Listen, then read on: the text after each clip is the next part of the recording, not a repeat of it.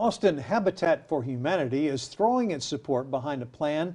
It's aimed at creating more affordable housing within the city limits, and as we've reported here, the proposal could lead to taller buildings near neighborhoods. The City Council could make a decision tomorrow. KXAN's Daniel Marin has our look ahead. They're called Vertical Mixed-Use Developments, VMUs. Think of this spot along South Lamar Boulevard. Commercial space on the bottom, homes on top.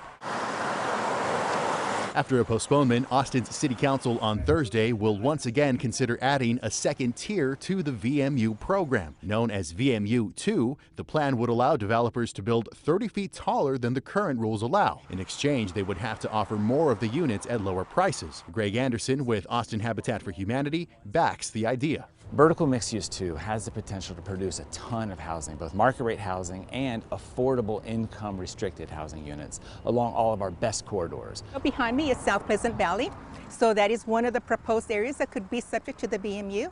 And you can see that's mostly residential. Anna Aguirre is the president of the Austin Neighborhoods Council. She worries taller, more expensive VMU developments could further drive up property taxes in neighborhoods where some residents are already struggling to stay in their homes. Again, another way that we're going to be displaced. If VMU 2 gets the okay, Aguirre hopes future projects will require individual approval by the city to allow for community input.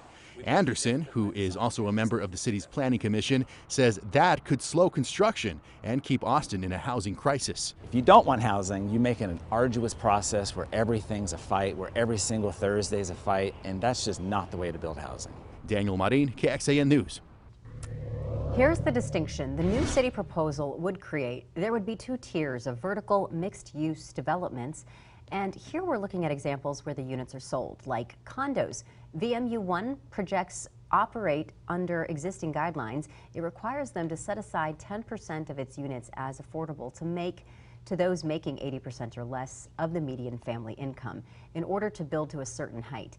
VMU 2 would allow that extra 30 feet that Daniel just mentioned, but those developers would have to set aside 12% of their units. And as an alternative, the VMU 2 group would also have an option to pay the equivalent of that 12% into a city affordable housing fund rather than including the units on site. Another potential piece to this puzzle for the City Council would require fewer parking spots for some of these mixed-use housing project towers.